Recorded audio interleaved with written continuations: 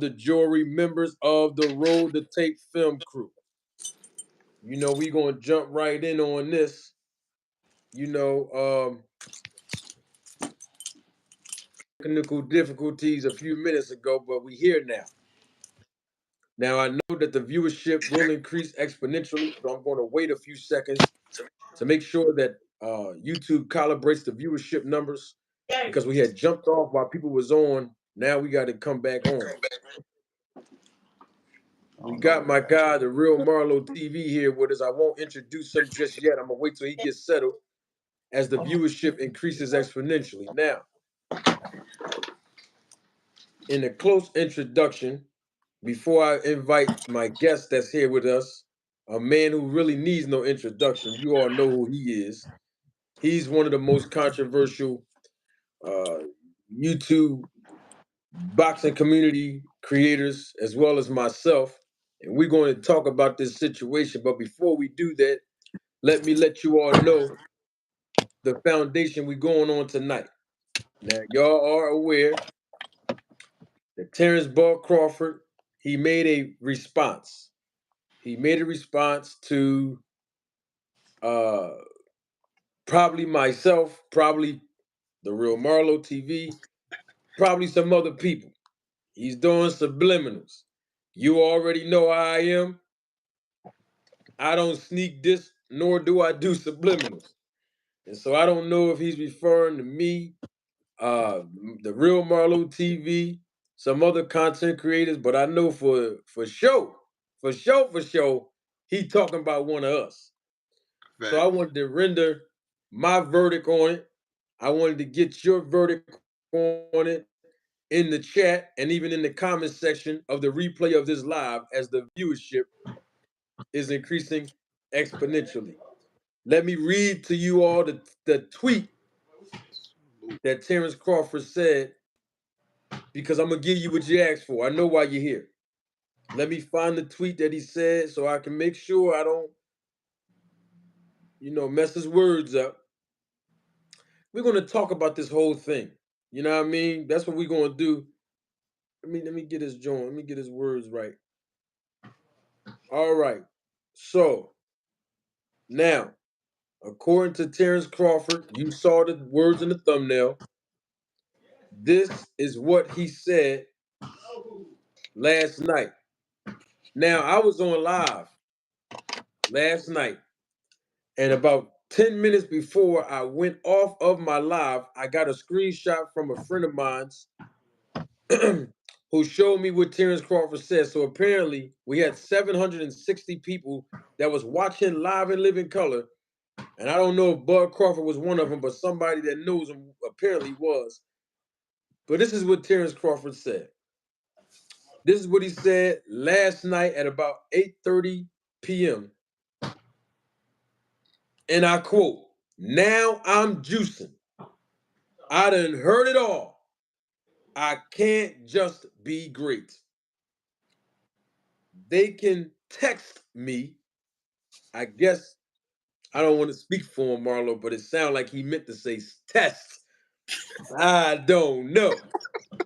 But it says they can text me and excuse me, they can text me any and all year long and will never come close to seeing anything illegal in my body. All right, I read enough. Now I got my guy with me here. He's like family. He's the man that helped make me famous on YouTube. Because when I did several interviews on YSM Sports Media, he was one of the content creators that showed my face on his platform. He gave a breakdown to translate what I was saying about the business of boxing. And now he's here again. He's very controversial. He speaks from his hip. He keep it all the way real. And you got to respect it. My guy is here. The real Marlo TV. What's going on, Marlo? Good, Marty. I see what Buzz said. Yeah, man. I mean, I don't know if he's talking about me. I don't know if he's talking about you. I don't know if he's talking about both of us. But Crawford fans has been in my chat. They've been in my comment section. They've been on my panel. They've been grinding me up for over a year. I sat under scrutiny since I started doing interviews with YSM Sports Media, giving Bud Crawford recommendations on how he can secure the biggest fight and generate the biggest revenue of his career. I've been standing under a lot of scrutiny. I know you have as well with Bud Crawford fans. It's just been real crazy out here on these streets when it comes down to um, saying things that we believe based on our perspective of Bud Crawford. If you're just joining us live and live in color, I have to read it one more time. I'm gonna let Marlo come out first, and then I'm gonna give my spill. We're gonna talk about it tonight. I won't hold y'all all long because it is a Saturday, but we got to keep it real. And we got to deal with the words of Terrence Crawford, and we got to give our own words. These are the words of Terrence Crawford. If you're just joining us live, as the viewership is increasing exponentially, Terrence Crawford said these words last night, 10 minutes before I went off of my live. I don't know if he intentionally did this or not, but I was live and I received a screenshot while I was closing my live out last night. These are the words of Terrence Bud Crawford, and I quote, "Now I'm juicing. I done heard it all. I can't just be great. They can text me any and all year long and will never come close to seeing anything illegal in my body." It sounded like he meant to say they can test me any and all year long. But he also left it out with this, and will never come close to seeing anything illegal in my body. Well, Marlo TV, you heard what the man said. You Yep. seen the tweet. I mean, what's your take on all this, bro? When I first read the tweet, and Terrence Crawford said they can text me. What he really meant was Victor Conte, he can pick up the phone and hit his number and text him that ain't nothing gonna come up in the text. So that's what he really was talking about. But Terrence Crawford, man, it's just people like us and some other fans wanted. I need to go put my clothes on. Yeah, you finna go get your haircut. Huh? Go get your. We finna go get your haircut. Go put your shoes on. Let's go. My fault, child. Go ahead, baby. My clothes on too. Yeah. So it's just like this. What we have noticed as the fans is we just can't ignore the suspicious things that we have seen. I think Terrence Crawford have been watching your videos, probably some of mine or whoever else, because you've been making the most noise about this topic. I've been talking about it. Uh, who else? D Town been talking about it. Maybe a couple other people. So he definitely talking about one of us, if not all. But what are we supposed to do? Ignore what we seen? I mean, what you mean? Like that's what it looked like. I mean, if I've been watching you fight from this point on backwards, and I never seen you do these things, but then leading up to this fight, seeing a whole bunch of things that add up together, it just you can't help it. It just looks super suspicious. I mean, you took how long to make this fight? Steven Espinoza and Earl Spence both stated that Terrence Crawford was dragging in the negotiations. So we let that go by with him dragging on negotiations, right?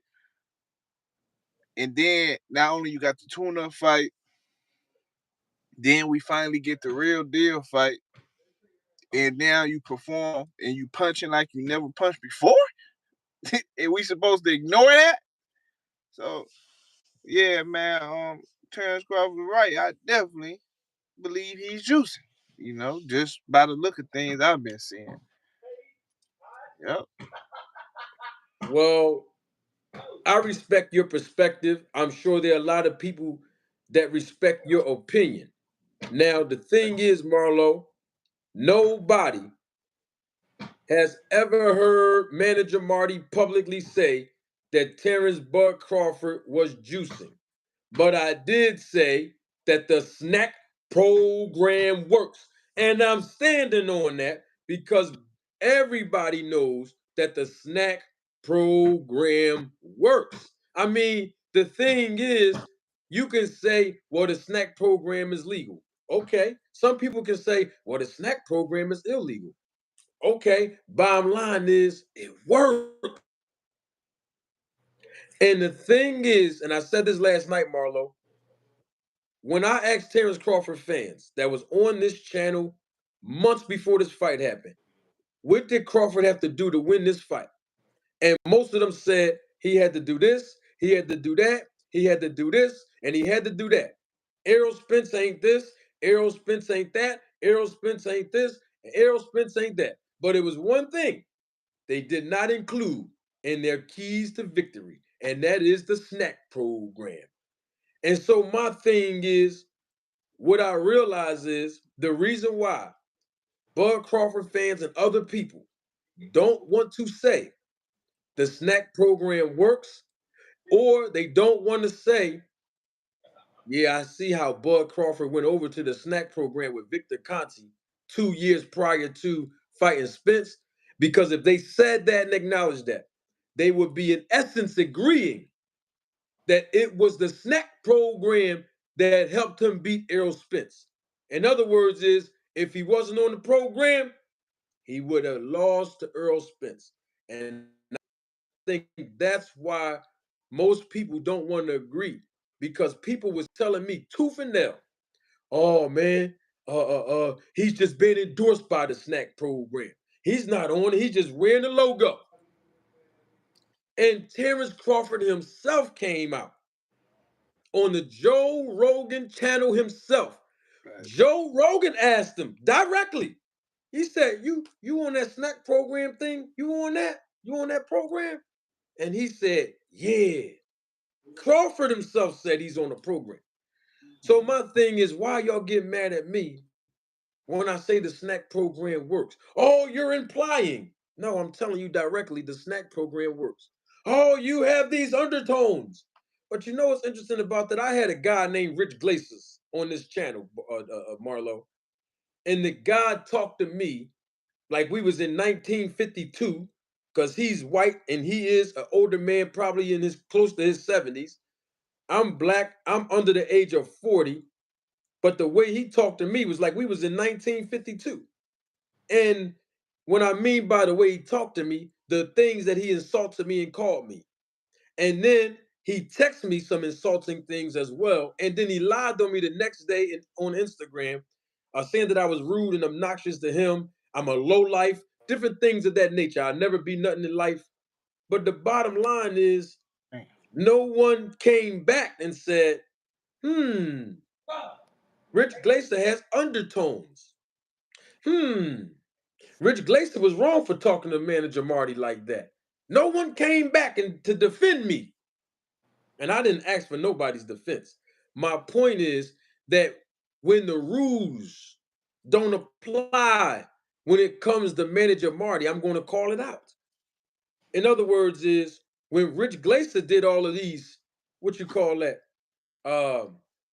undertones, nobody speak on it. Here it is. I'm talking about the snack program works, and now people are in my comment section and all this saying, "Oh, you're insinuating because you have racial, excuse not racial. You're insinuating because you're using undertones. You're using undertones when it comes to Terrence Bud Crawford juicing or using illegal performance enhancement drugs." Now the thing is this, Marlo, and I wanted to hear your take on this. Okay, you said you believe the man was juicing, Marlo. Okay, we Right. respect your opinion. Now, when you hear the words performance enhancements, what do you what come to your mind when you hear those words performance enhancement? I automatically, so when I hear that, I automatically think of something illegal. I think you doing something you shouldn't be doing. You putting something in your, I mean, you enhancing your performance. Like that's exactly what I get to thinking. And with Bud, I don't know why he acting surprised, because I feel like he knew it'd be speculations by coinciding his brand with that brand. I mean, Snack has history, and they have done things. So, with you standing next, I mean, if you see a group of people, you might automatically assume that those group of people are whatever. Let's just say crackheads. I mean, if you're not a crackhead, why are you hanging with 4 or 5 crackheads? Like we gonna think you doing drugs too. So it's like the same thing. It's like the company you keep. So it's like the people you bringing around, they doing certain things, and you gonna get the flack for a lot of the things that those guys are doing. So that's how it is with Terrence Crawford and him standing next to Daniel Kinahan, one, and Victor Conte. So both of these guys are guys who got a name for doing certain things. So I don't see how it's even surprising that you would be under speculation on top of all the other things that occurred. So yeah, the first thing I think of when they say performance enhancement is I think you doing something you shouldn't be doing to enhance your performance. I mean, only thing I thought you could do what work out. You can work out. You got strength and conditioning coaches. You got different type of coaches. You got Bomat. I mean, you got 4 coaches already. You got what? How many coaches? Bug got about 3, 4 coaches. So you already got them coaches. One of them a strength and conditioning coach, and now you got to bring in Snack too. So of course we're gonna look at it like something. Absolutely. There is a proverbial principle, a scripture that says that bad company corrupts good morals. I had a question for Terrence Ball Crawford fans and whoever else know Crawford and even Crawford himself. I just have one question. My question is this, and I want to be fair on both sides of the equations. You made a reference, Marlo, about Victor Conti. Everybody and they grandpop know the history of Victor Conti all these years in the business and the sport of boxing. We all know who Victor Conti is. With that being said, I'm going to show you right now what intensified people's suspicions. And that was the Netflix special that came out 2.5 weeks after the fight. The Netflix special, that Netflix documentary called Hall of Shame with Victor Conti, his story. Once that documentary dropped and premiered on August the 18th, man, oh man, I'm telling you, people's suspicions started to be aroused even more. So my question becomes to, let's say, a Bud Crawford fan, any trainer out there. I just have a question. Let's put the foundation where it needs to be, and that's at the bottom of all these building blocks. This is no secret. I am not saying that Victor Conti is doing anything illegal, but let's go by one fact that makes people suspicious. Willie Monroe Jr., who was on the snack program in 2018 when he was planning on fighting Jamar Charlo on a PBC card. He was on the snack program, Willie Monroe Jr. Some of y'all know who he is, some of y'all don't. He's from Rochester, New York. Go look him up. Conduct your research. I've already published this on this channel a week or two ago. But Willie Monroe Jr., he was on the snack program in 2018, right? He tested positive for a banned substance when he went through VADA testing. Now, we all knew that to be true. My question becomes, hey, real quick, Marlo, do you know what year Terrence Crawford went over to the snack program before he fought Sean Porter? What year was that? I think it was about 2019. That's why I think. Don't All right. quote me Well, according to the post that Victor Conti has on the Snack System Instagram page, they started to publicize and advertise Terrence Crawford in April of 2021, actually. All right. So in April of 2021, which was a few months before he fought Sean Porter, he goes over to the snack program. My question becomes, if you knew that a fighter that was on the snack program tested positive for a banned substance 3 years prior to going over there, why didn't that arouse your suspicion as a professional athlete? We need answers. If somebody tested positive for a banned substance on this particular program 3 years prior to me thinking about going over there as an athlete or a trainer, at some point I'm going to say within myself, logically speaking, hold on for a minute. I need to get the details of what that was that this fighter tested positive for, to make sure that whatever regimens or supplements that this fighter used on this program, I don't want to be involved or use. I don't want to be involved in it as an athlete, nor as a boxing manager or trainer. I don't want my fighter taking any of that. So my point is, that's number one. Number two, we know Victor Conti's history. He has a history, even if he changed. I would hope to believe that he did, but it don't make no difference if he changed or not after he got out of jail. The bottom line is he has a history of not just distributing performance enhancing drugs, but he has a history, his words and not mine, of creating a substance, a drug that will allow the testing of the athletes to come back negative So, even when they have a banned substance in their system. So what I'm saying is, when you look at those two facts that I just named, given the history of Victor Conti, given the history of at least two fighters that was on the snack program that tested positive for a banned substance, and I say two fighters because one of them was Willie Monroe Jr., who tested positive for a banned substance literally 3 years before Crawford went over to the snack program.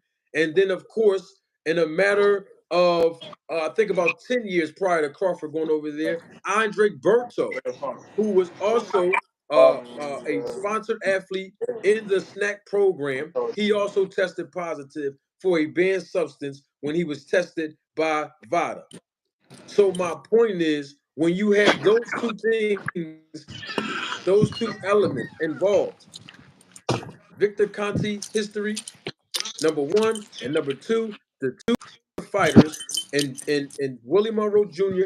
and Andre Berto, who tested positive for a banned substance. When you have those two pieces of elements, and Terrence Crawford and his team still chose to go over there to Victor Conti, what we talking about here? It's all about the risk versus the reward factor.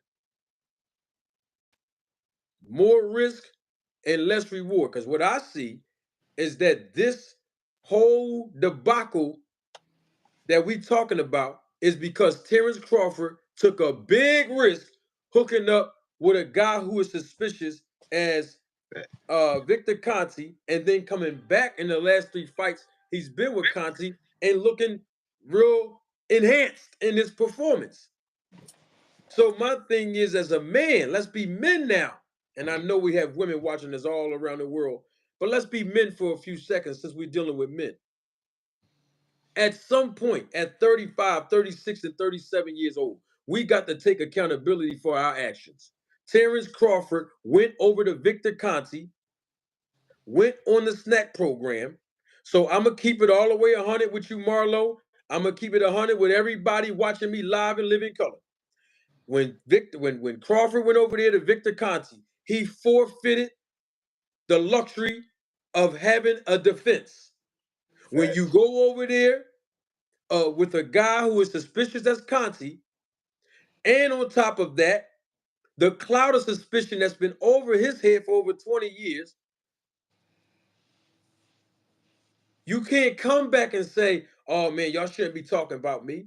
You as a man, decided to go over there. You did. That's step number one. You decided. Nobody forced you to go over there. As a man, I'm talking about. He decided on his own recognizance, Marlo TV, to go over to deal with Victor Conti. So if you're going to go over there now, you are going to be guilty by association. So if you are guilty by association, unfortunately, logically speaking, you don't have the luxury to come back and defend yourself and say, stop talking about me, y'all. Logically speaking. Now, do he have a right? Absolutely. We all have the right, except for me. We all have the right, except for you, Marlo. We all have the right, except for D-Town. We all have the right, except for YSM. I can name a lot of other content creators, but I'm saying we all have the right, except for the boxing outlet. See, we all don't have the right to express ourselves. It's only when we say favorable things toward Crawford. Now, let me tell you this, Marlo, and I'm gonna let you cook on this because the air fryer just started heating up. When Tyson Fury fought Deontay Wilder, there were people on YouTube, fans and content creators included. Oh man, Deontay Wilder got cheated. Oh man, the man lost. He got cheated. Tyson Fury had egg weights, and he had some kind of object in his glove. You see how his glove was doing like this?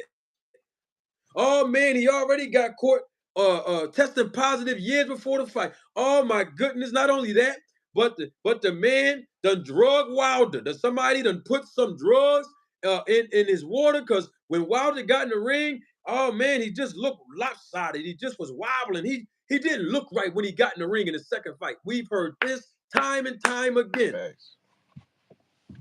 Oh, but now all of a sudden now the scrutiny is on Bud. Oh, now we hating on him now. Where we do this at? When Tyson Fury had to go through all that scrutiny after he beat Wilder. Oh, by the way, they showed a picture on YouTube, Marlo, when the dent was in Wilder head right here. And then Yep. now I post a thumbnail where I show where somebody took a picture of not somebody, a professional boxing photographer took a picture where Errol Spence had that little knuckle print in his head. I'm the bad guy. Why the rules keep on changing for this guy, Marlo? Yeah, that's crazy. I remember that too. And ultimately, all the controversy that was after that Deontay Wilder and Tyson Fury fight, ultimately it helped build their next fight. I mean, at the end of the day, it helped the controversy to build that fight. But this ain't about building no controversy in this point because we just stating things that we seen and the obvious. Uh, it's like Terrence Crawford wants some kind of special privilege when it comes to this situation. He said, "Now I'm juicing." You might be if we looking at who you around. So Terrence Crawford, man, you can't duck this, bro.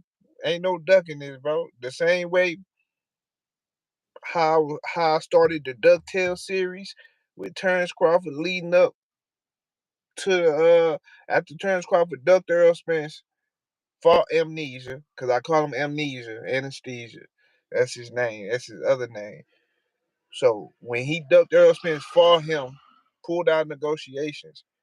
I mean, oh, they saying I'm ducking. You ducking? What you mean? Like it's like he wants some kind of special privilege. If you left negotiations and fought this guy when Earl Spence sitting here waiting on you, so it was the same thing with that. When it comes to this situation, now we got a situation where you working with Pablo Escobar of PEDs, a guy who came out and stated that if there are ways for to beat the vital drug test and for it to be undetectable. That's what Victor Conte said himself. He works with Vada. So to me, he shouldn't be able to even get that job for one because that's like a conflict of interest. But Mhm. although he got the job, you working with him, all of a sudden, I never seen you punch like that. So all the things tell me, it leads to me that I'm highly suspicious of Terrence Crawford juicing. It just that's where it just. And by the way, my name is Mister No Sources, and I have no sources whatsoever. And all these things I'm saying, nobody told me. They're just things of my opinion, just things I paid attention to and what I just seen and what I thought. So with that being said, yeah, I think Terrence Crawford juicing, like, cause I'm looking at him and it just looks too funny to me, man. It just looked too funny. So no, Terrence Crawford can't get no special privileges with this situation. I mean, until it's proved. See, let's say this rematch happened in December 9th. Earl Spence come in here, dog walk Terrence Crawford, stop him, even with Terrence Crawford still getting stopped, and I see he punching Earl, and he ain't got that same effect that he had in the first fight. You still juicing. That just proved to me that you were juicing before. That's all that do. You punch him, and I don't see his head snap back and the sweat and everything fly off like it was the first fight. I'm gonna still think you juicing. I'm like, oh yeah. Why? How come you here? Oh, cause he went up to 154. That's all Bud fans gonna say. He don't was supposed to be at 154. They gonna say that's something they gonna say. That it was because it was at 154 now, bro. 7 pounds shouldn't change that much of how you was punching that night. That shouldn't change nothing. You should still be hitting like that. So yeah, man. And not only that, Terrence Crawford ain't have a scratch on him. He ain't have a scratch. I mean, I really didn't even see him sweat, if I can remember, because I haven't watched the fight again, by the way, and I'm not gonna watch it because I know it was just too fugazi. So I'm not watching it. Fight.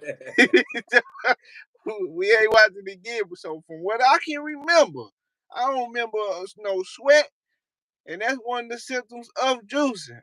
Like they don't really sweat that much.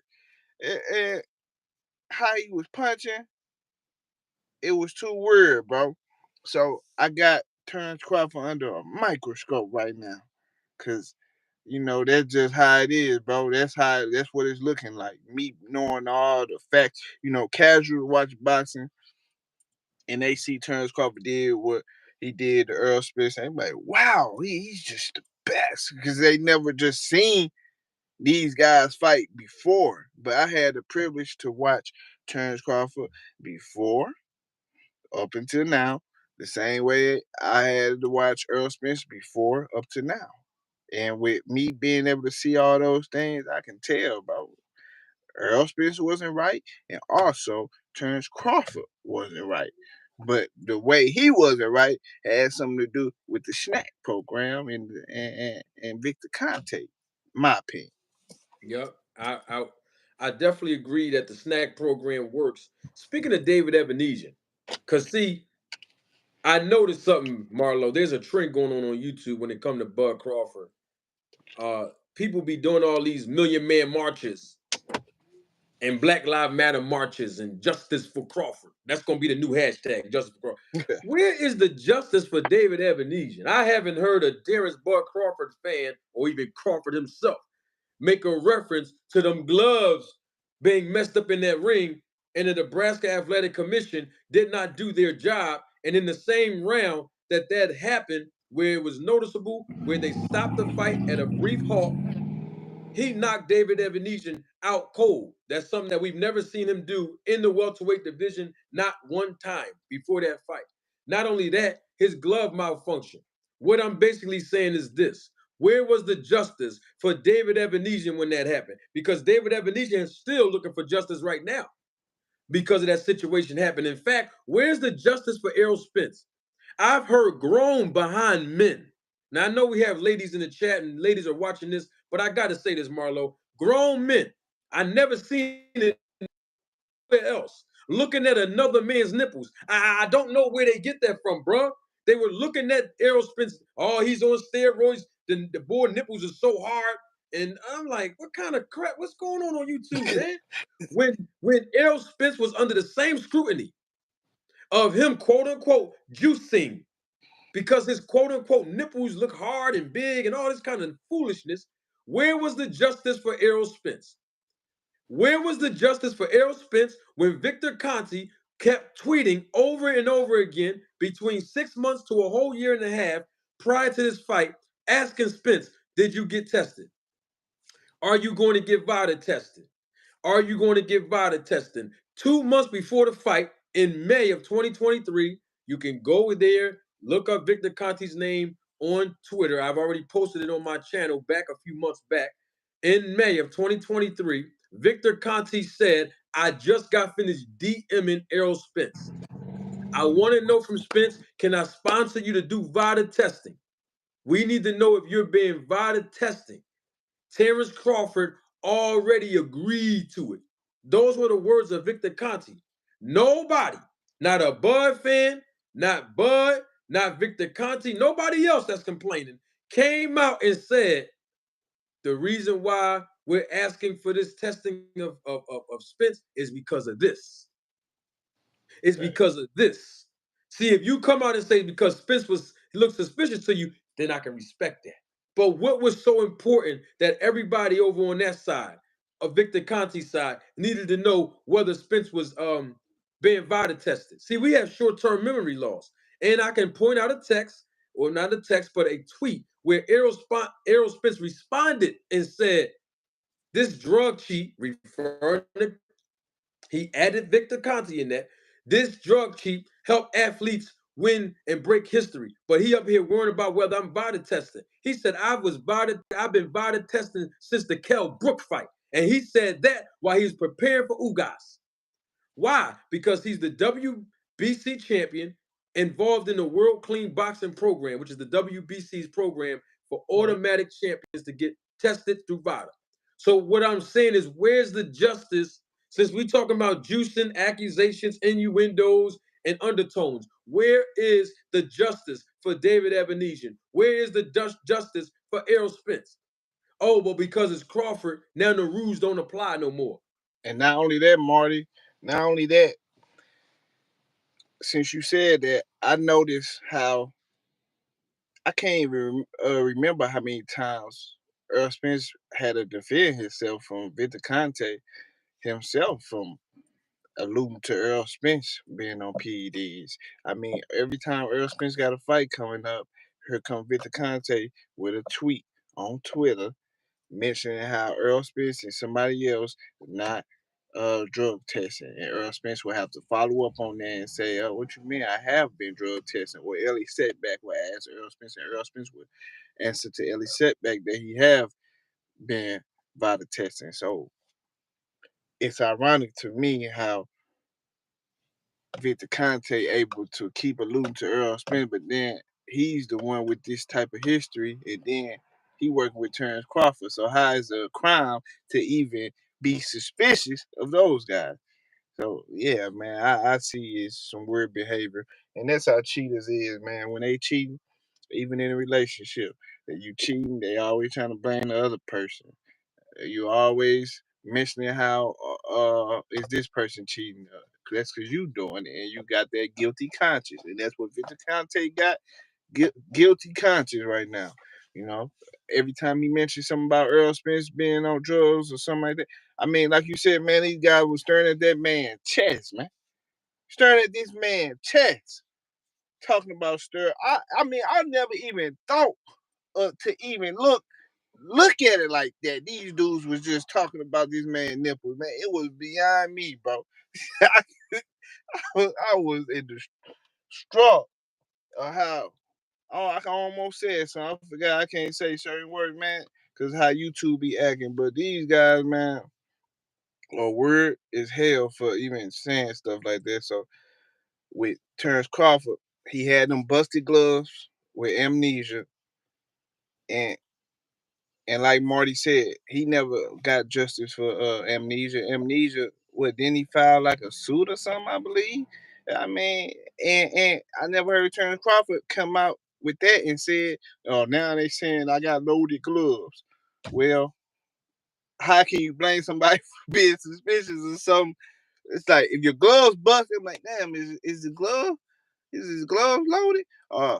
He punching extra hard. Damn, is he juicing? It's the same thing, bro. Yeah, it's just something that's in people's face. We see it, and you think somebody's supposed to ignore it because you Terrence Crawford. Nah, I don't go like that.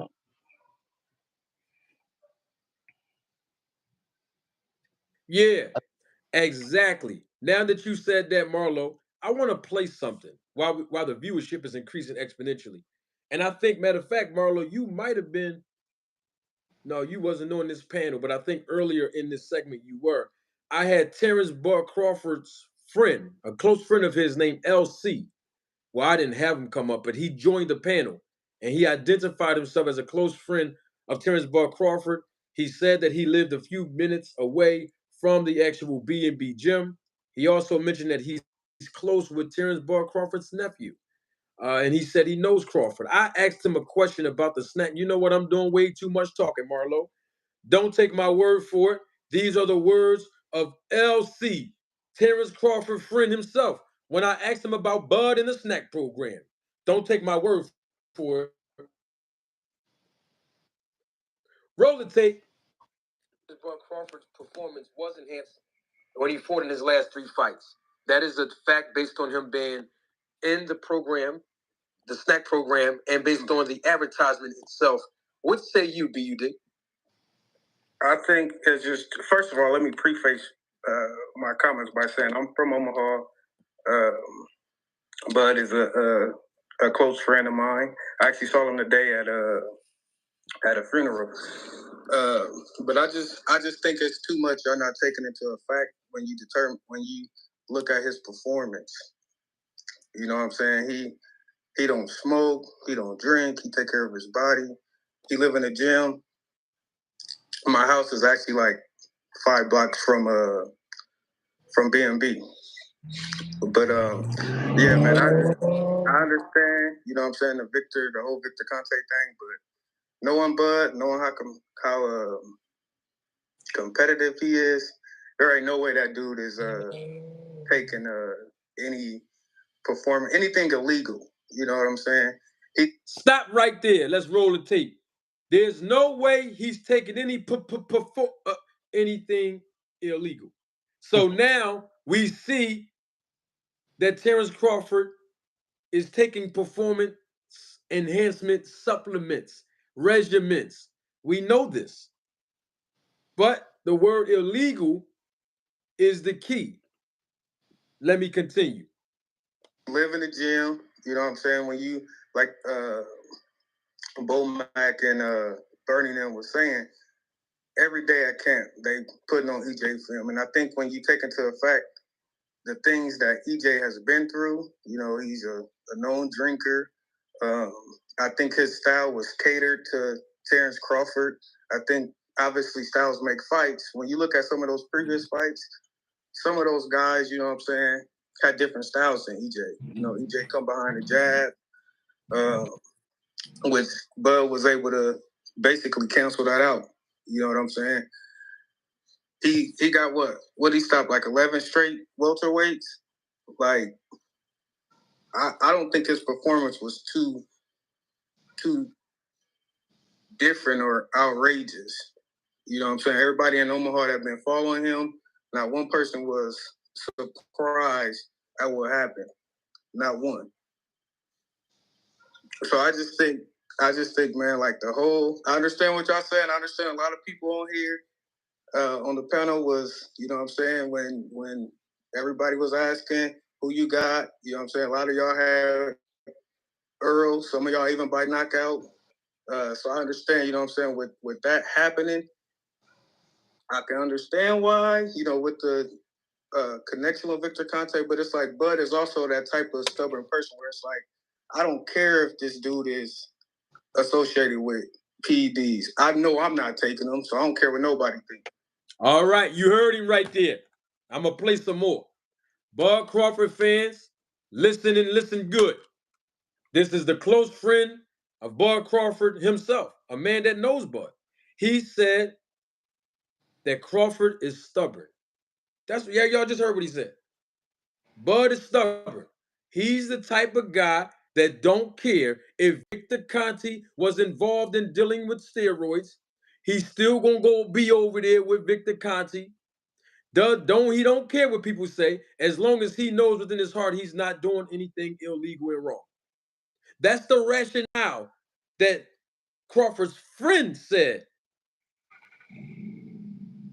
that Crawford has. That's the rationale. Look, I ain't cheating. I don't care what nobody say. I'm gonna go over there with Victor Conti anyway.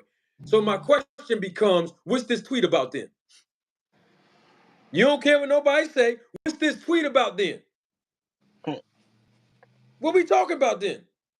If you don't care what nobody says because you're stubborn and you know Victor Conti's history and you don't care, then what is this tweet about?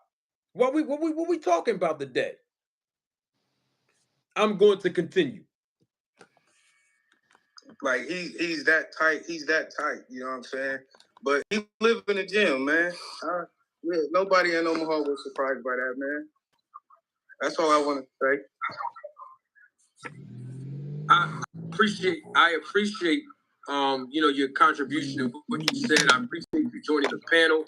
I appreciate you, watching the content and coming up here to give a perspective. Let me say this, since you are a Terrence Crawford friend and you know him personally, I do have a few questions for you, but let me preface my statement by saying this so that you would know where I stand, since you are a representation of Terrence Crawford, and you're the first representation that I had, on my panel that someone told me they know him personally. I have no problem with Terrence Crawford. I know that people all around the streets and YouTube think that I hate Bud Crawford, think that I don't like Crawford. They do agree that I have been a little critical of Bud when it comes down to the business decision that he made outside the ring and some of the things I recommended him to do in the negotiations of this fight so that he can provide a living for his family and secure the biggest fight of his career to make history. And so people have misinterpreted the things I said to give him advice on the recommendations I made from a boxing manager's perspective for him to secure this fight. When it comes down to you being a friend of Bud, I will also tell you this. I don't particularly like the fact that Terrence Crawford is with Victor Conti. And I'm not talking bad about Victor Conti. I've never met him personally. But just given his history, and I'm not saying he's a bad guy. I mean, you see me with the snack shirt on, and you also see me with the snack cup and the product. But also at the same time, Terrence Crawford will not get the credit that he deserves every time he wins, because people are going to come out of nowhere and say, hey, don't forget he's associated with this guy. Don't forget that even if he tests negative and beat the VADA test, don't forget Victor Conti's the one that went on Twitter and said that even smart cheaters can circumvent the VADA testing, the most stringent VADA testing. His words, not mine. So my thing is, I don't think that's fair for Bud or anybody over at Snack not to get the credit that they deserve when they are not doing anything illegal. And so that has been my take from the very, very beginning, regardless of people thinking I'm hating or whatnot. So my question to you, and I think you basically were saying that Bud Crawford is stubborn, as far as like he don't care what people think. He knows he's not doing anything wrong or quote unquote illegal, rather. Not wrong, but illegal. Let's use the word illegal. He's not doing anything illegal. So it doesn't matter about the perception, the perception that people have about him. You mentioned B&B Gym, which you said it was 5 blocks away from your house. So that means, of course, we know that Terrence Crawford has his own gym, him, Bomac. But the thing is, he's traveling over to California from Nebraska to be able to be at Victor Conti's gym and be on the program, the snack program. And it's No, like only... He moved, I'm sorry to cut you off, but he moved to Colorado. He been owning a house in Colorado Springs for, it's got to be 7-8 years now. Okay. Yeah, he goes there every camp. A couple other guys come and use the house as well, like Shakur and them. They run those stairs. So he's been out there for a while. I think if you look back years ago when the fight, that this was going to be a fight, Earl was going to be a possibility, Bomac was like, he said what was going to happen. even before, that confidence was there before he even was associated with Snack. He said, he basically like, we gonna destroy him. We gonna stop him. Like, he said that. That's on record. Okay. I knowing them how I do, Bernie is boisterous, you know what I'm saying? Bud is, like I said, stubborn. There ain't no way that they would be doing anything illegal. There ain't no. I'm not telling you that right now. Hey, BUD. What's your name, man? LC. LC, right? Here's the thing, LC. I've never publicly said he did anything illegal. I do have a question for you. Y'all saying he basically cheated. Y'all saying I've been watching y'all. You personally never said, but y'all saying that indirectly. No, let me tell you what I'm saying. I'll tell you. Hey, let me tell you something, LC. If you watch me, you know I'm a man of integrity. I'll tell you exactly what I'm saying here on my podcast every time I say anything about Bud attached to content. I am saying that the benefits that the snack provide, it works. And we know that it works. And I'm talking about the legal stuff that we know about. The snack program works because we've seen Crawford and we've seen other fighters that are on the program improve, and they did good in their fights. So Gregory right here, he wanted me to do research on all of the things that they do in training camp with Victor Conti. Of course, I don't know all the stuff that they do with the oxygen mask, and I'm not a trainer. But all I'm saying is the snack program works. So you have mentioned that Crawford. I think we know this. Us fans know. Here's the question I was really getting at, but I want to lay a foundation.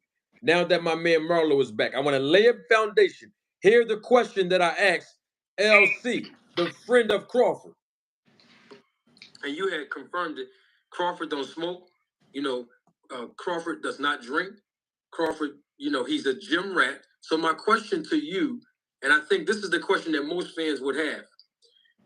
If Crawford doesn't drink, which we know, if he doesn't smoke, which we know, if he's a gym rat, meaning that he stays in the gym actively and he keeps his body in shape 24/7, way before he got with Conti. My question to you as his best friend, knowing him, why do you think that he went over to Victor Conti to get any type of improvements if everything he's been doing in the past 36 fights up until this point, or 37 fights in his case before he went to Victor Conti, was right? They've been doing a nice streak, him and Bomac and the team, Bernie and those guys over there.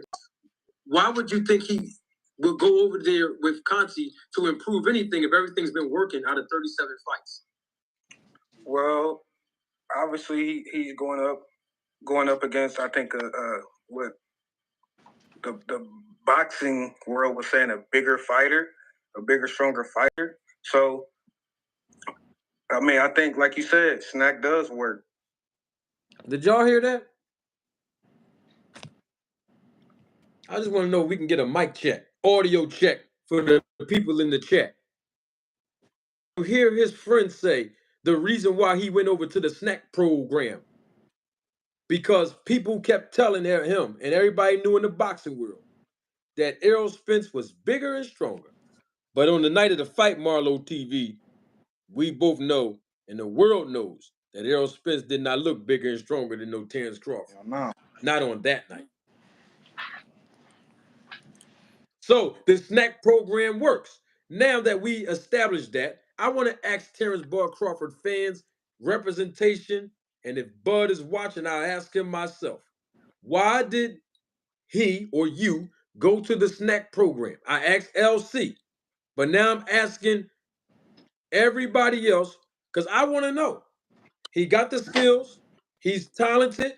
He don't smoke. He don't drink. He's a gym rat. These are 5 things that we know that are facts. They are not opinions.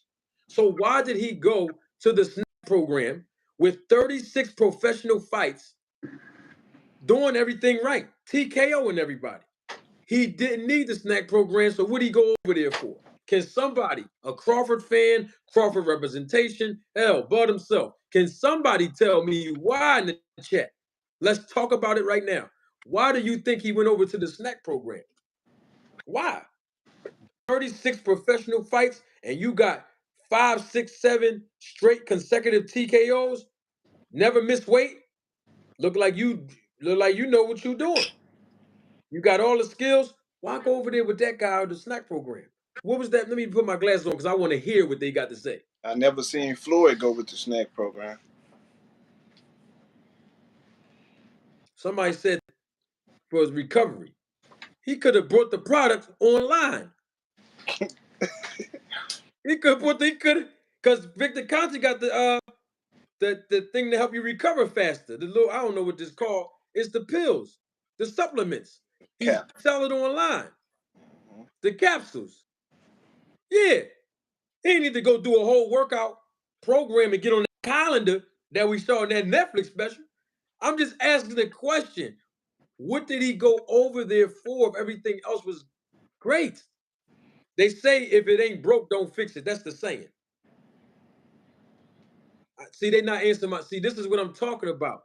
Y'all keep texting and all this talking about something else. I want y'all to stay on the topic because y'all saying I'm a hater. Y'all Marlo's a hater. Y'all saying I'm insinuating. You're mad at Marlo for saying his observation. So now let's get the answers. Why did he go to Victor Conti if he had 36 professional fights? He did everything right. He knocked out everybody or TKO'd them at least. What did he need to go over there for if the saying goes, if it's not broke, don't fix it? Okay, Band Up, you're in the chat saying Marlo was a hater. I want you to answer my question, Band Up. You're a Terrence Crawford fan, brother. Answer the question. Why did he go over there? He's scared to answer. He steady talking about. See, and that's the thing, dog.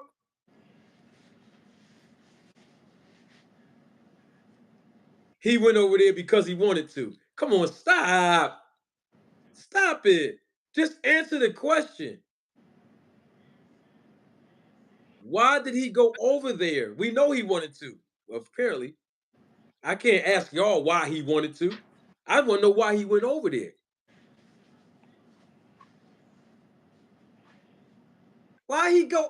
These guys won't answer my question, bruh. Okay, somebody said workout recovery. I've already dispelled that myth. He could have bought the product online and got it shipped to his got UPS and Amazon and ship it to his house. We ain't talking about that. I want to know why he do a whole program for 3 years. He did a whole program for 2 years before he fought Spence. So now I want to know why he go over there. Salute to everybody that's acknowledging me and my guy Marlo in the chat. Salute. Okay, thank you. He needed all of the advantages to win. That sound more like it. What you got on that, Marlo? Those are facts. He needed every advantage he wanted to get. He knew he needed more than him. Just happened. I'm on live. Fuck. Damn. We still here with you. We can't see you, but we can still hear you. Oh, you can still okay. So You want to go out and come back in? It's up to you, bro. We still here. yeah, I'm gonna get this point out there. I'm gonna go out and come back in. So Terrence Crawford needed every advantage to win the fight against Earl Spence. Him just getting in the ring with him and fighter like he's supposed to be wasn't enough, which showed during the negotiations. I mean, I feel like them negotiations showed everything. It showed everything. It showed the lack of confidence Terrence Crawford had because I found it to be funny, right? After the fight with Amnesia, it seemed like he had a confidence boost. Like he all of a sudden started calling Earl Spence and wanted to talk to him on the phone after he had his tune up.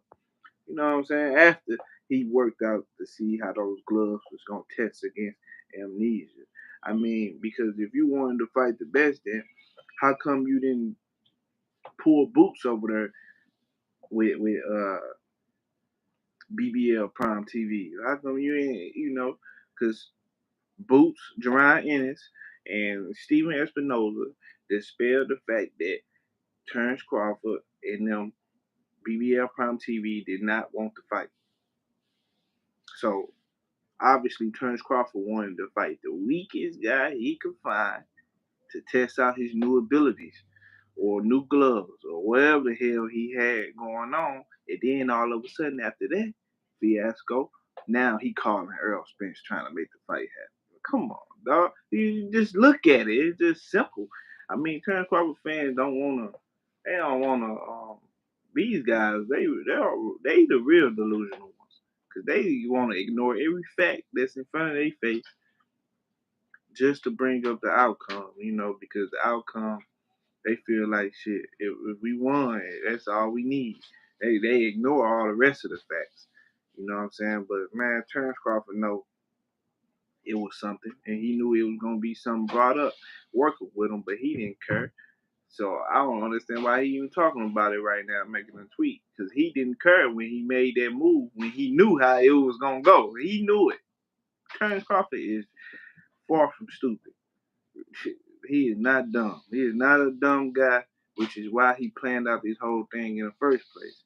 You know, probably with some help of somebody higher up who knew what they was doing, which I personally believe.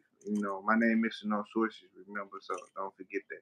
So, which I personally believe his higher help, his help was Victor Conte. Because Victor Conte very experienced in what he doing, and I feel like you said with Willie Monroe, he popped dirty with the Jamal Charlo fight.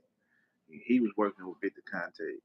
I mean, come on, bro. The facts right there in your face. You can't even ignore them unless you just want to. And that's what it is when it comes to Terrence Crawford fans. I see them in the chat talking about everything except for the questions that's being asked, man. Just answer the question, bro. If he's so good, why he went to Snack? You say recovery. What the hell, recovery, man? There's other ways to recover. What you need snack supplements and capsules for to recover. That's not about recovery. It's more than recovery. Because Terrence Crawford could have found anywhere to recover. He built the trust with Victor Conte, and he trusted him, which is why he took that risk with him to stand his brand next to his brand, knowing the things he have done in the past. Had some kind of trust for him, and that's what it really was about. And because you wouldn't just go to a guy like this if you felt like, oh man, he can blow up my whole thing. He built a trust with him, which is why he worked with him for about 3 years. Because over those 3 years, he earned his trust, and that's why he was able to take that chance with the Earl Spence fight. And I believe he did what he did. Come on, man, it's gonna come to the light though. Somebody said Yeah, I Marlo, told. some band up say Marlo gonna be a ghost come December, nowhere to be found. Bro, this is why they asked for Boots to come to BLK. False, because Showtime, Espinoza, and Boots Jerron Ennis, Bozy Ennis, which is his father, they all proved everybody wrong when they said that. Terrence Crawford and BBL Prime TV did not send them a contract. That shit was false, bro. So you wrong on that. So band up, you don't know nothing about boxing. So go get somebody who knows something about boxing and then come back with the facts. I just want to understand something. I'm asking direct questions, and I'm still waiting for direct answers from Terrence Bud Crawford fans, representation, and everybody else that's watching live, that's hiding in the background, that's not commenting, which is fine. You don't have to engage in the chat. But the bottom line is this: obviously, obviously, they felt that they needed the snack program. That's just the facts. To be, you know what, I'm doing way too much talking. Don't take my word for it. This is part 2 of what LC said on how he confirmed when, exactly when Crawford joined the snack program. Roll the tape. When you said to get stronger because he was going to compete against a bigger fighter, you were talking about Spence, or was you talking about Porter? Because Crawford went over there to Conti a few months before the Porter fight. So are you talking about Spence? That Crawford went over there to fight Spence, the bigger fighter, or are you talking about Porter? Well, I was initially talking about Spence, but okay. I don't think he would need to, you know what I'm saying,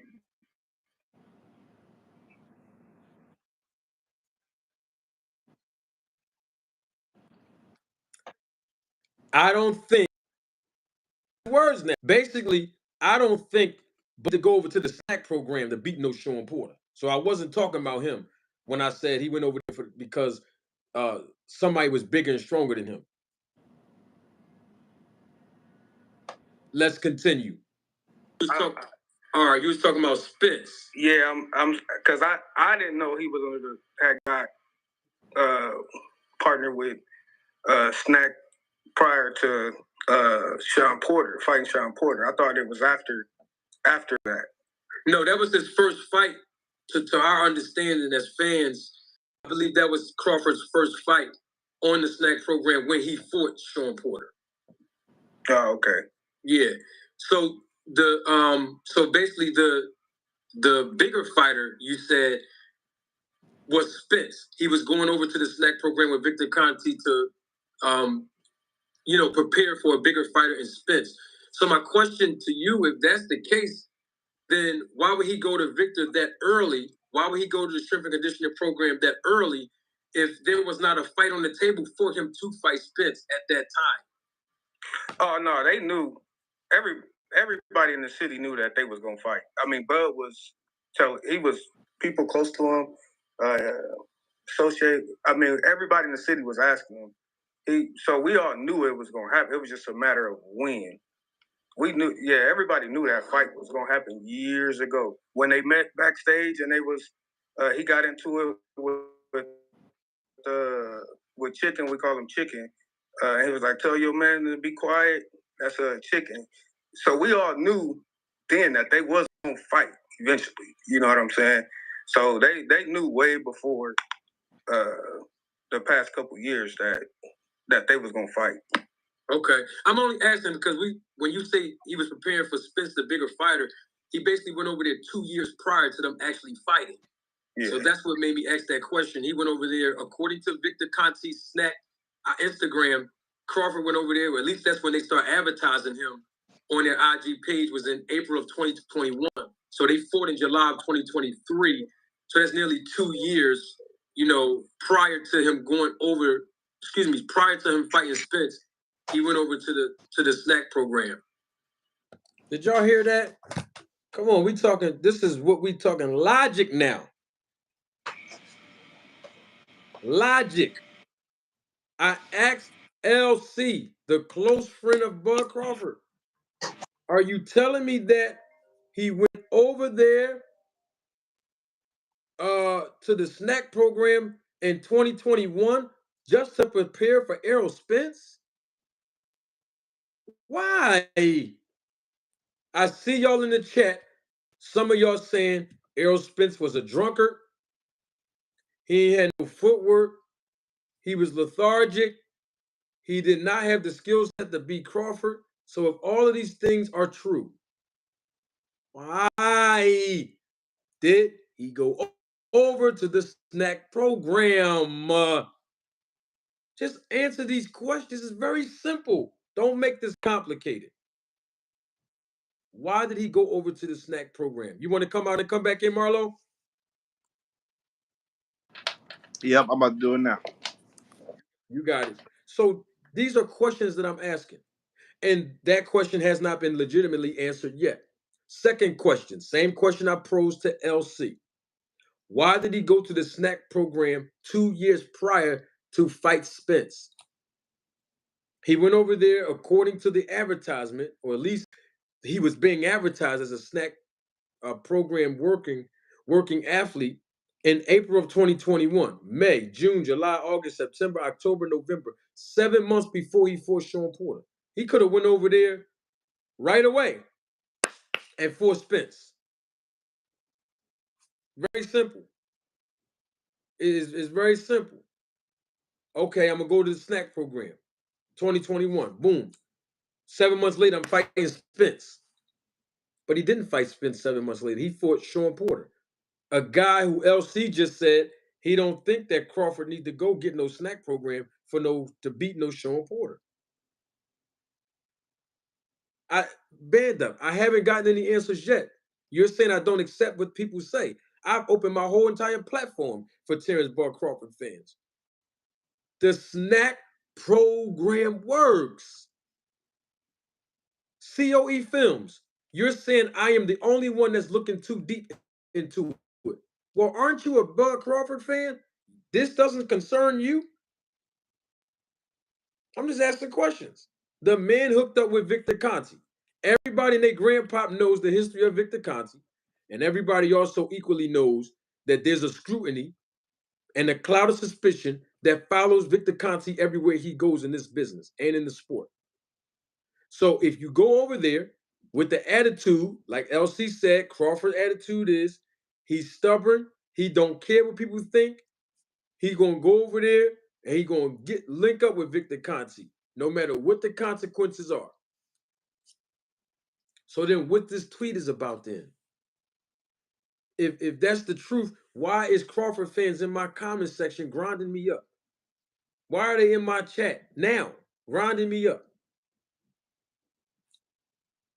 I mean, let's keep it all the way 100. The snack program works. Don't get mad at me. You know it works. Y'all know the program work already. If it didn't work, we would not have seen the benefits of it in Terrence Crawford's last 3 fights. And if you say it didn't have nothing to do with him beating Errol Spence, you need to reach out to Bud and tell him to get a refund. That's all you got to do. Tell him to get a refund, man. He got to get his money back because the benefits are not working. It's not happening for him over there. What's wrong with me saying this stuff? This is classic logical sense. So don't worry about if somebody's saying he's juicing. That come with it. Now I didn't say he was, but even if people do say he's juicing, you can't get mad at the people. That's part of the consequences for hooking up with Victor Conti and the snack program. And not only that, forget the snack program alone. Look at Victor Conti. He's going on Twitter.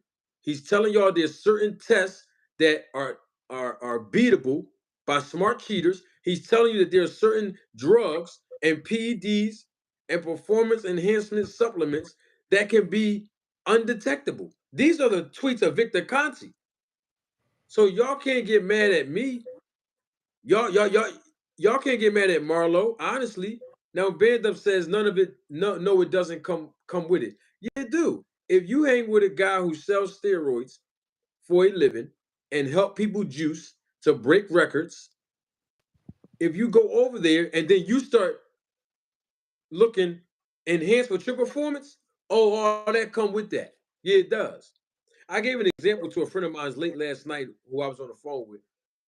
And I told him, if you had 6 guys posted up on a block, and y'all know what I mean by the block, I'm talking about hustling, in the trap, as we call it in the hood. You had 6 guys busting the trap, right? 6 of them. One of the guys out of that whole clique don't have no paraphernalia on him. He's not a dealer. He's not a user. He's just hanging with the 5 other guys. I'm certain to tell you that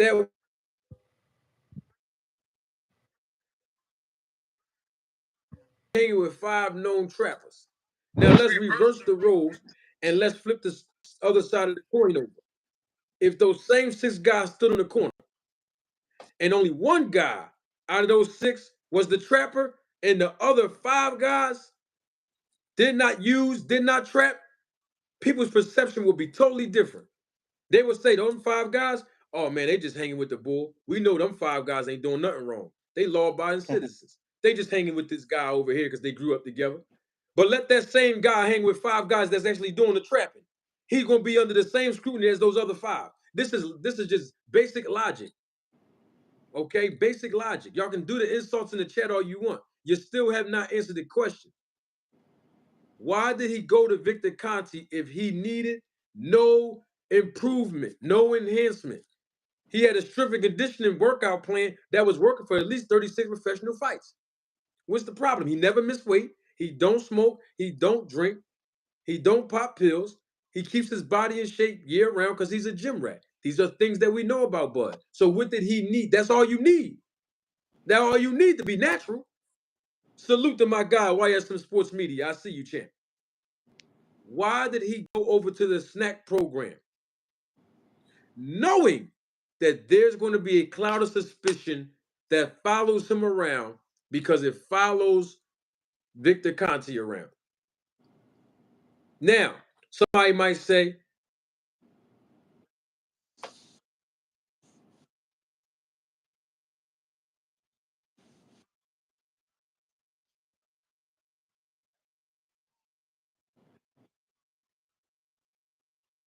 Julian J. Rock, Philadelphia, world champion. Y'all know who he is. He was on the snack program, right? All right. When he fought Jerry Hurd, he went over to the DMV, fought Jerry Hurd, took that young boy belts, Marlo. Look like the snack program worked in that fight. Oh, okay. You want me to name another fight? What about Caleb Plant back in March when he fought? When he not March, October when he fought Caleb Plant fought Anthony Durrell. Y'all remember that fight? He was on the snack program then. Knocked Anthony Durrell out with that left hook. The same punch David Ebenezer got knocked out with Crawford on the snack program. All I'm saying is the snack program works. Look at Devin Haney. Look at Devin Haney. See, the snack program don't just deal with the power. It deals with other enhancements. You know, Haney don't get tired in round 9, 10, 11, and 12. Go look back at his last 4 or 5 fights. Devin Haney, and look at the 10th, 11th, 12th round, the championship rounds, and tell me, do he look like he tired? All right, then. The snack program works. Don't hate on the snack, bruh. Y'all gonna make me go get my shirt and cook up another batch of that powdered substance that I had last week. You understand? All I'm saying is Terrence Crawford went over there with Victor Conti, knowing all of the elements involved and how he was going to be screwed, and also knowing that if his performance looked better and better, people going to be asking questions. And that's what's happening now.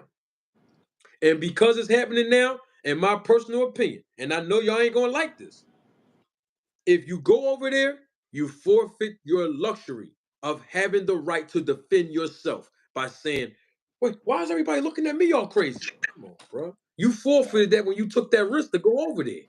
As a man, this is facts, bro. Marlo, I'm gonna go get my shirt, man. I'm gonna let you cook for 30 seconds. I'm gonna go get my shirt, man. I feel, hey man, Marlo, I went to go get touched up last night.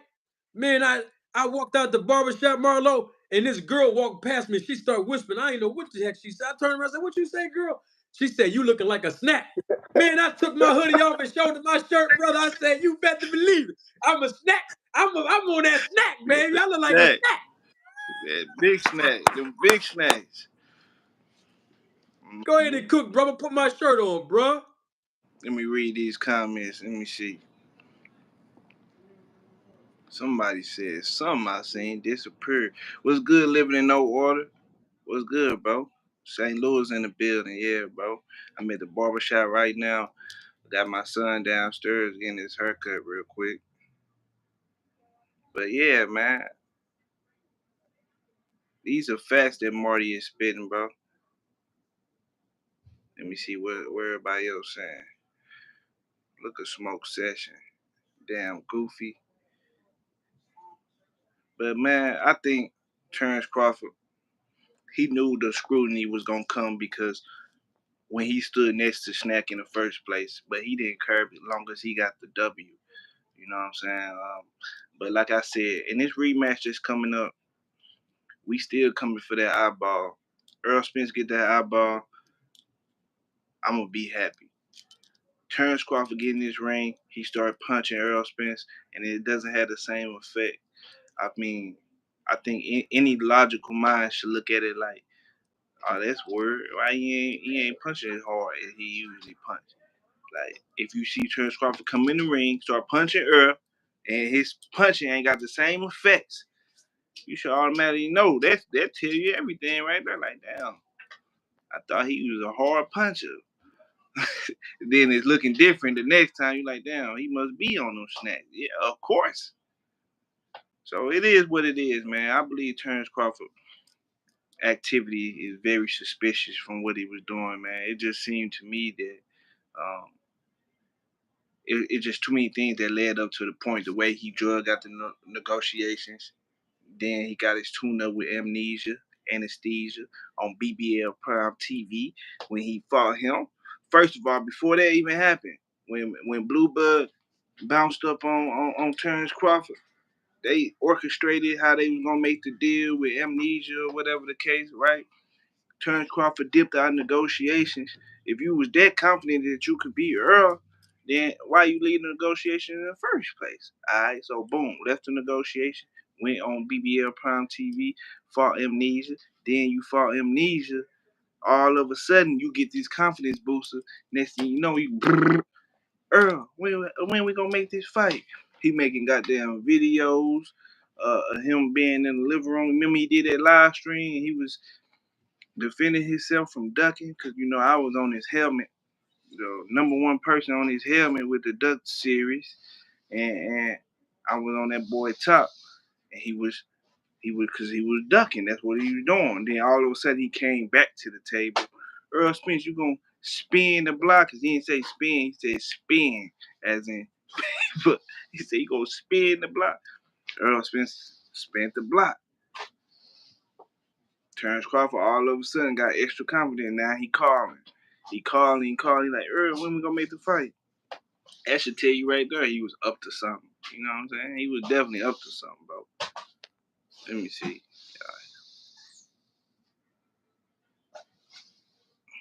Stop staring at me, you home. Before I call you some names. I'm trying to.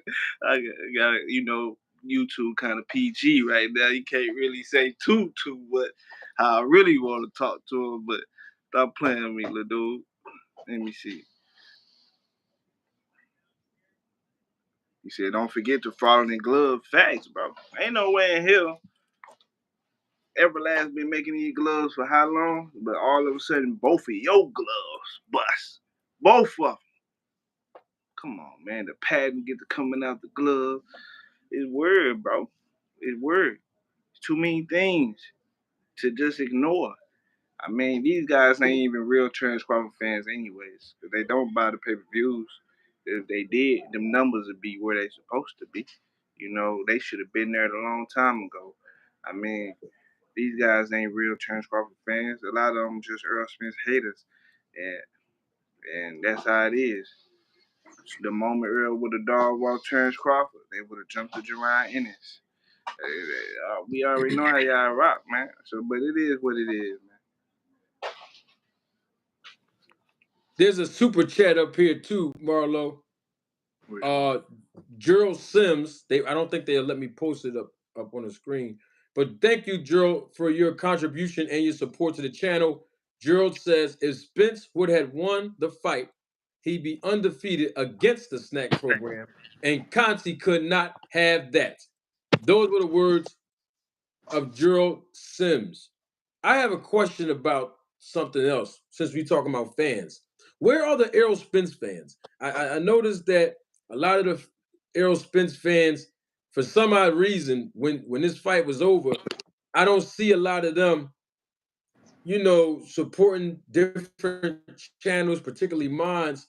And it seems like to me, people start crawling under a rock. Not everybody, but just some people crawl under a rock and not saying, hey, okay, Spence lost, but at the same time, we still here we still here supporting the sport of boxing. I want to speak on that. Go ahead, Marlo, cook on it. That was one of the first things I noticed. When Earl Spence lost, a lot of people turned on him. And a lot of people who was in the closet just waiting until something happened, a lot of them came out too. Like, even like Antonio Tarver, his hatred came out for Derrick James when right after the fight. I feel like he could have been said that. Or if he felt like that, he should have been speaking on it, but he waited right until they lost just to say, oh, he ain't the trainer of the year. And a lot of Spence fans, they ain't like a lot of us because they start tucking their tail immediately. Soon Earl lost, they start tucking their tail, but we were right forth. I did an immediate reaction video after the fight. I did.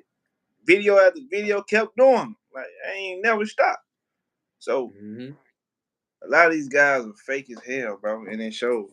You know what I'm saying? On both sides, to be honest. A lot of people who claim they're Earl Spence fans, a lot of people that claim they're Terrence Crawford fans. These guys ain't real. These guys ain't real fans of these guys.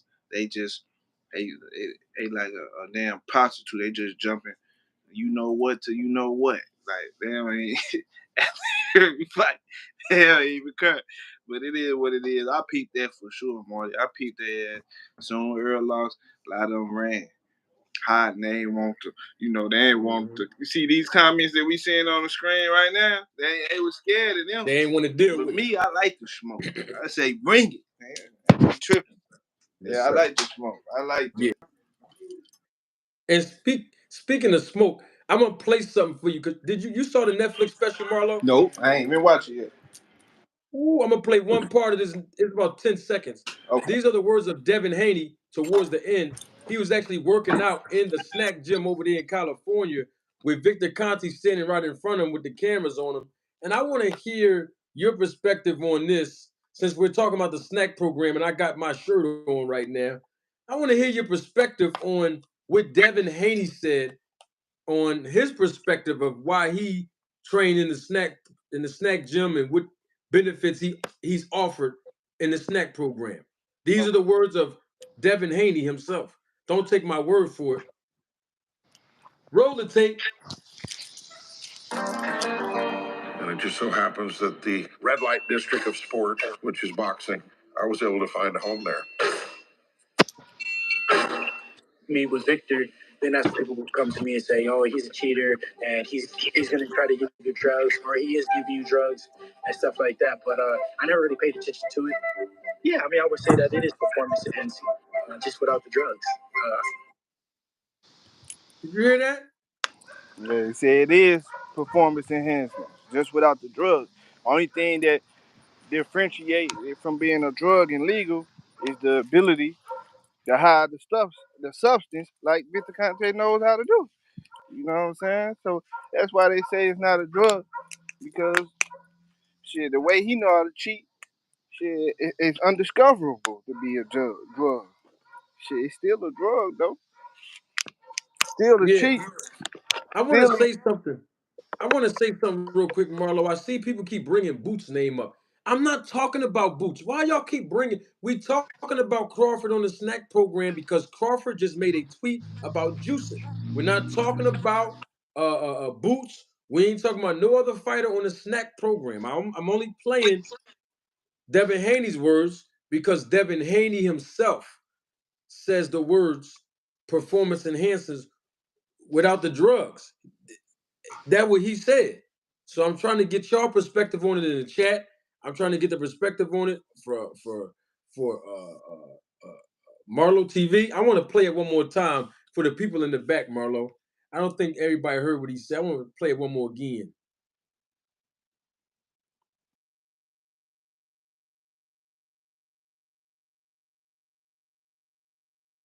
And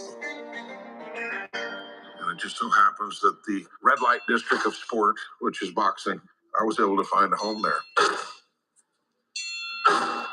Me with Victor, then that's people will come to me and say, "Oh, he's a cheater, and he's going to try to give you drugs. He is giving you drugs and stuff like that." But I never really paid attention to it. I mean, I would say that it is performance enhancing, just without the drugs. He said people will come to him and say, "You know Victor Conte's history, right, Devin? You know he has a history of cheating, right? You know that people are going to naturally assume that he's going to give you steroids." Devin Haney says, "I don't pay attention to it." Why not? Oh, I don't pay attention to it. What is the desensitization about? I don't pay attention to it. I mean, I don't care what people say. I don't pay attention to it. It is performance enhancing without the drugs. Those are the words of Devin Haney, man.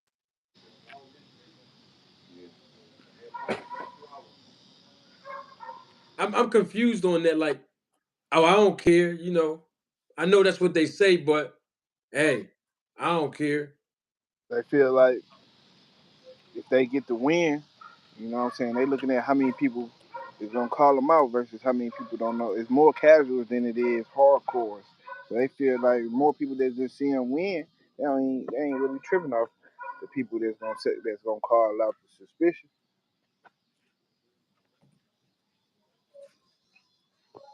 Yeah. What they saying about Jerron Ennis? No, they're just saying he's on the snack program. You're not talking about him.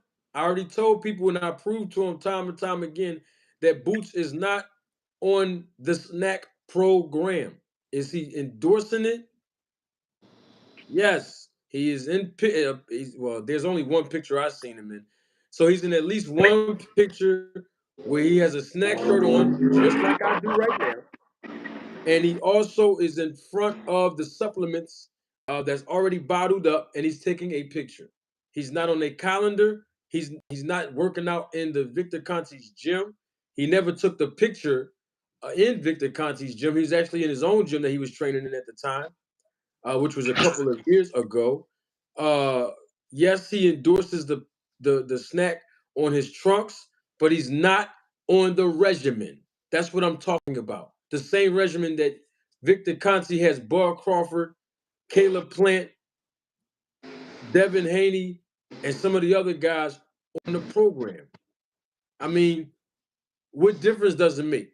We're not talking about other fighters right now. We're talking about Crawford. And Devin Haney says it. It's performance enhancing without the drugs. So basically, Crawford needed his performance to be enhanced to beat Errol Spence. Is that what I'm hearing, Marlo? Yeah, that's exactly what you heard. He needed some kind of performance enhancement. No matter what it was, it's up to other people's speculation to say exactly what it was, but the fact that he took supplements in the first place should tell you something. I believe. Yes, Sounds sir. like I'm listening to you.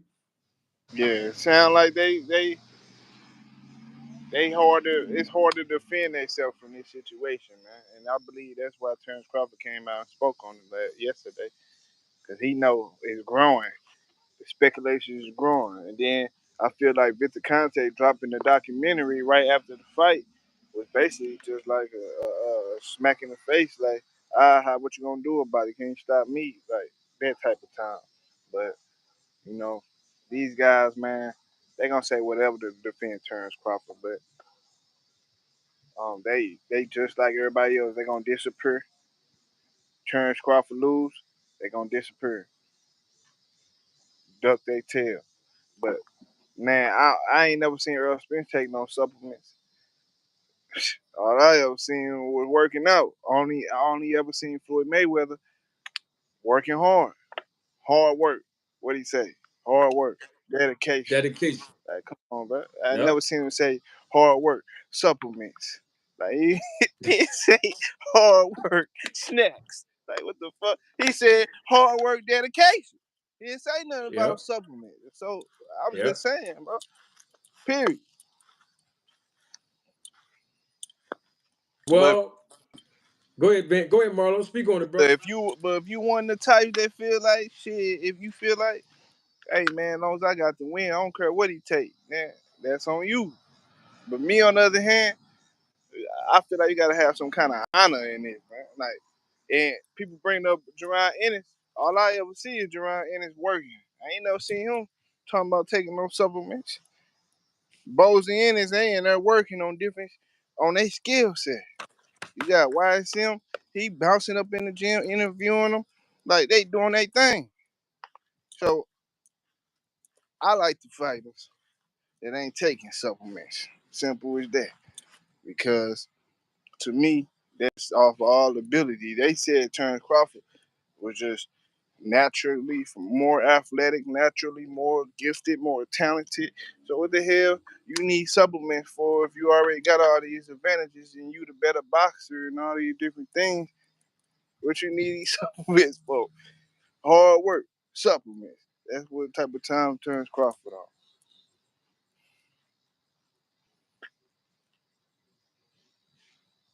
Awesome.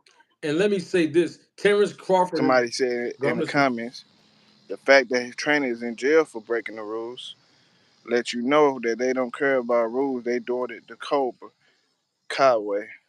I see what you're saying. Free Bomac though. We don't wish jail on nobody. But at the end of the day, I see exactly what you're saying.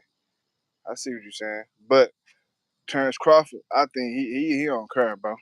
He just wanted to win, and that's the reason why he made the negotiation harder than it had to be, because he knew I ain't getting in that ring unless I got the upper hand.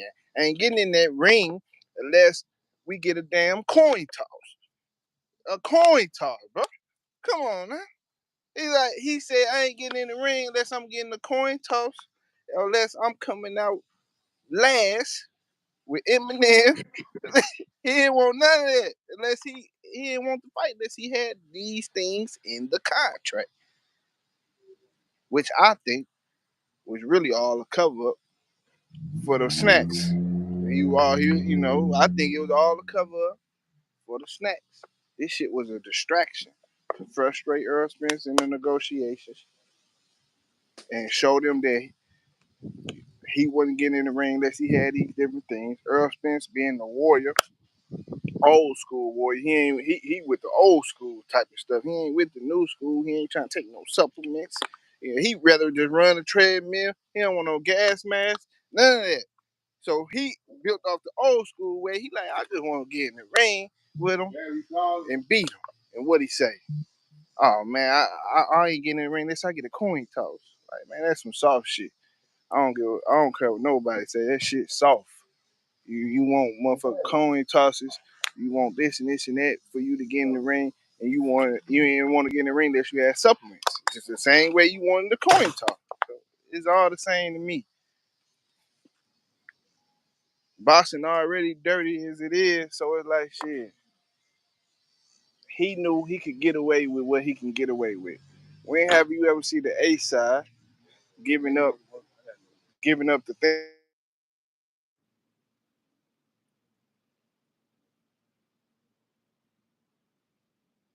Marlo, your phone on mute, Marlo. We can't hear you. We can't hear you, Marl. Now, Yeah, we can hear you, but we can't see you now. We here. every time I get a phone call, okay. So I could never seen Floyd Mayweather doing, you know,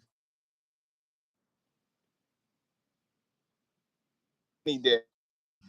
That was the way to force guys in the ring. Earl Spence and Terrence Crawford had to do it together. So Terrence Crawford knew that he could use that against Earl Spence, wanting to fight so bad that he can pull the things that he pulled off on him. I mean, keeping a man out the ring, it's just too much it's too many things. Keeping a man out the ring that long, and you want me to look at you like you some damn stumped down warrior. Come on, bro. You waited that man out. You was messing around with snacks, taking supplements. You won the coin toss. Like, like, come on, bro. Too much shit. But Earl Spence, I think we're gonna get it back in blood. We still coming for that damn eyeball. He's still the eye collector. Terrence Crawford ain't taking. Terrence Crawford taking all them damn snacks. He's supposed to do more than what he did to Earl Spence. To me, he's supposed to knock his ass out cold. Taking them snacks, him being out the ring that long, and everything else. I think he should have been able to do more than what he did. So they just let me know when Earl Spence come in the ring, 100%, he's gonna beat the hell out of Crawford. Yeah, we definitely shall see, and we definitely going. Excuse me, and we definitely going to see, and we're definitely going to come back, Marlo, to give our analysis and our prediction and all of our perspectives on a rematch. We about 100 minutes in. I'm gonna let the people go. All I can say is the snack program works. Y'all can't get mad because y'all know Bud Crawford is on a snack program, and apparently it helped him defeat Errol Spence and dominate him. That is a fact. That is not an opinion. I've already played certain clips over and over again, excuse me, throughout this segment. The bottom line is this, and I'm not saying Crawford can't say anything on his Twitter account. I ain't saying that. What I'm saying is he forfeits the luxury of coming back with an uncontested argument by saying anything about quote unquote juicing, banning a snack program, or performance enhancing, whether it be drugs illegally or not legal or not illegal, or supplements that are illegal. The bottom line is this: when you hooked up with Victor Conti as the athlete, all of this come with it. So I don't want to hear no complaining about it. It's no different if a man found out that a woman that he met 5 years ago tested positive for an STD. If he sleep with the girl and he wind up having people go around telling him you got the same STD that she got, he can come out on his Facebook, Instagram, Twitter, TikTok, and whatever else and say, I don't have that. Nobody will believe him. It's just logical, is what I'm saying. Everybody knows Victor Conti's history. So did Bud Crawford. Let me conclude that Bud Crawford went over to the snack program, according to what we know, in 2021, literally 3 years after Willie Monroe Jr. tested positive for a banned substance while he was in the snack program. That is not an opinion. That's not hating. That is a fact. And if that wasn't enough to get you to say, well, let me make sure I don't, or let me make sure, or let me fall back and not go through. If it doesn't make you do that, then you are desensitized by whatever comes with the benefits of being a snack. So if you're desensitized by that, you have to be equally desensitized by some of the scrutiny and criticism that you are gaining. It's just the principles of life. It's just that simple. I mean, we don't have to keep changing the rules and moving the goalposts every time we talk about this. I don't have to keep repeating myself whether or not I said he was juicing or not. It don't make no difference no more. You already heard me say it. I'm not going to keep repeating myself. Now, I want to touch on one more thing. Marlo, I'll get your last words and we can be out. I want to read that tweet one more time because I was looking for Terrence Crawford to defend himself in this way. I'm going to read it again because I just want to make sure that we are on the same page. Terrence Crawford said these words: Now I'm juicing. I done heard it all. I can't just be great. They can text me any and all year long and will never come close to seeing anything illegal in my body. Marlo, I had a question. That's too many words at this point. Why not just say, I will never cheat and I've never cheated? Why not just come out and just say that directly, That's that that's Marlo? that guilty conscience talking right there. That's what that guilty conscience is when Terrence Crawford wrote that little tweet. You know, like I said, he knew this was coming. And he knew the speculation would be there the moment he coincided with Victor Conte. But he didn't care as long as he got the win, got the bag, and got to keep his oath. But doing stuff like that, I believe in karma. So and the karma comes with that eyeball he got. Like so those we get the eyeball, I ain't tripping no more. Like we gon' cause we see what my thing is with the rematch. I gotta make sure I want Earl Spence to beat him 2 times as worse. It gotta be a real punishment because the way things played out, I know Earl Spence sit back and he feel a little anger probably at himself for allowing these things to play out the way it played out, but things happen. You know what I'm saying? It probably everything happened for a reason. So it showed him who his fake friends or fans or whoever wasn't on his side. He showed them that. And Terrence Crawford, man, back to him. He he didn't have to say all that, but to me, it just showed guilty conscience from him. It showed that he's aware of what people saying. Well, he been aware. He always watch our videos. You know what I'm saying? He always watching. He been watching. He been watching for a couple years. I didn't even had Terrence Crawford people trying to recruit me. Like I done had Shakur Stevenson brothers or him himself write me. They all be writing me on Instagram. Tell them, man, to kick rocks. Told them kick rocks. That's what I told them.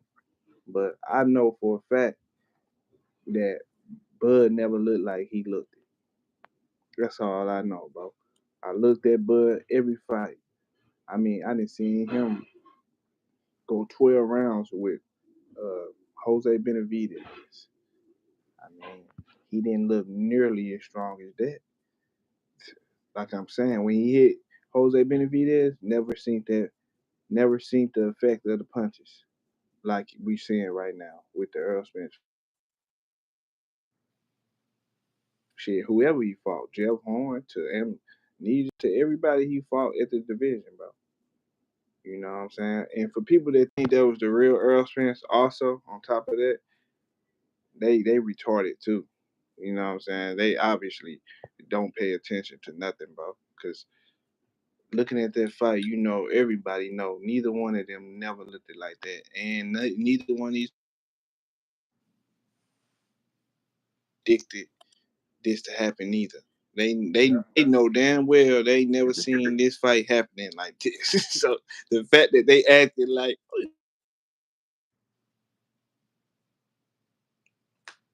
Yeah, I agree with that. I don't know if your phone is going in and out, by but I surprise, agree with that. yeah, it hit everybody by surprise. Ain't nobody see this coming out. I've been baiting these dudes, trying to pull it out of them the whole time leading up to this fight. Nobody wanted to go there because they wasn't sure about the fight, how it was gonna play out. They knew the fight was so close and so good, but now the outcome came out to what it be. All of a sudden, now people like they saying what they saying. So yeah, that's crazy to me. Yeah. Yep. And speaking of, you said the word retarded. I want to use that same word to apply what Crawford said at the post-fight press conference. Bart Crawford said Ellie Seckbeck, his words, not mine, is sitting over there looking like a retarded little boy. He also stated that Danny Garcia never beat anybody in the welterweight division. Uh, he also talked about how Errol Spence is not that good, and he fought lower level competition as well, and uh, all of these different things we've heard um, Terrence Ball Crawford say to demean people. He said some very demeaning comments to Boxing Ego and Fanon in the tweet. He also talked about fans and throwing shots at fans and different things of that nature. And so what makes me baffled is that Terrence Crawford has gotten away with saying all this stuff, including that Al Heyman tried to F him out of a deal. He said Bob Aaron was racist. These are things that Terrence Crawford said. Um, Nobody say anything about this. But as soon as content creators exercise our freedom of speech that's not favorable to Bud, now all of a sudden now the rules got to change. If it's good for the goose, it's good for the gander. So if Bud Crawford is using his platform to speak his piece or to get a message out there to people, well, that's what's happening right now. People are using their platform to send a message out, to give their perspective in the same way. And everyone in this country should be entitled a freedom of speech, even if you say something that somebody else do not like. Aaron H. Muhammad, thank you for your contribution and your support to the channel. Thank you for engaging in the chat and being a very good moderator. Aaron H. Muhammad says, Marty, ask COE how he could say Conti deserves redemption, but R. Kelly deserves no redemption. Is that not hypocrisy? Well, COE, I kicked you off of this channel last Sunday because of them lies we caught you in, and you have been made famous. The video where I expose you is published on my channel. And I hate to use the word expose, but you know you wasn't being honest, bro. You didn't keep it 100. Now, with that being said, you can be in the chat right now, COE, to answer Mr. Muhammad's question. How could you say that Conti deserves redemption? but R. Kelly deserves no redemption. And that R. Kelly reference came when I talked about R. Kelly on Sunday. And I basically was saying in the live, and I basically was saying, it don't make no difference how much money R. Kelly end up with in a new deal if he got out of prison tomorrow and told me that he changed his life around and gave his heart to Christ. I'm still not gonna let my daughters go over there with him and sing no songs. Period. Under no circumstances. And guess what? It don't matter how old they are. It ain't happening. So my thing is, why logic can't be applied if Crawford is with a convicted felon with regards to the charges and the federal indictment. Of course, he only got hit with 2 out of 40 something. So that means he had great attorneys and great representation. But my thing is, this is all logic.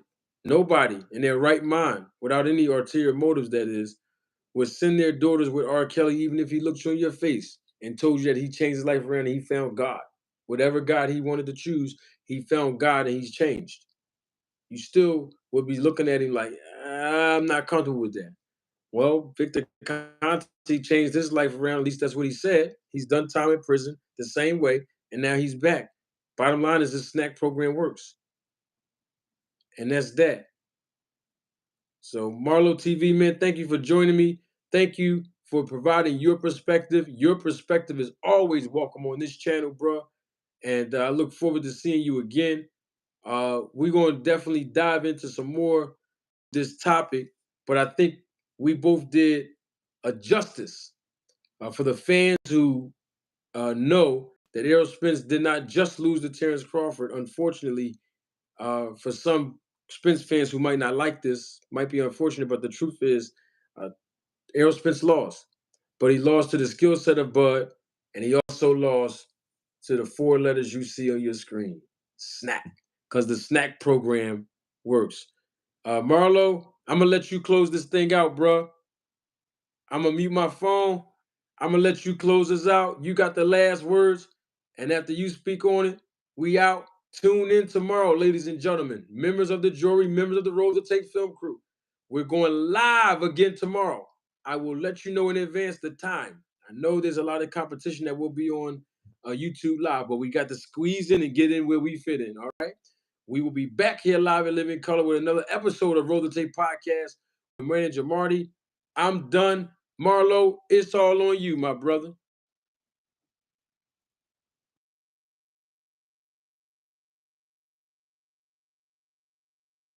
Oh, I thought Marlo was here. He's not here. He might have went off. Well, it's all on me then. The bottom line is this. You can't roll with a guy who has the ingredients to create undetectable steroids, and on top of that, knows how to circumvent the VADA testing, and then come out on Twitter and say, if you test me, you won't find nothing dirty in my body. Come on, y'all. You can't say that. I don't know who his PR guy is, but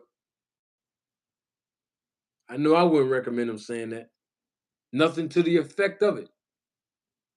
If it ain't gonna be, I'm a clean fighter. I never ever took any enhancements, or I did take enhancements, but it wasn't drugs like Victor, Devin Haney said in the Netflix special. Or you know what? I'm not guilty of these accusations. I'm a clean fighter, and leave it alone. Would have been a little bit more pleasurable to some ears, but that attitude, and you're basically talking about things that can be undetectable. It just makes it look bad. That's my final words. Tune in tomorrow, live and live in color, on another episode of Roll the Tape Podcast with manager Marty.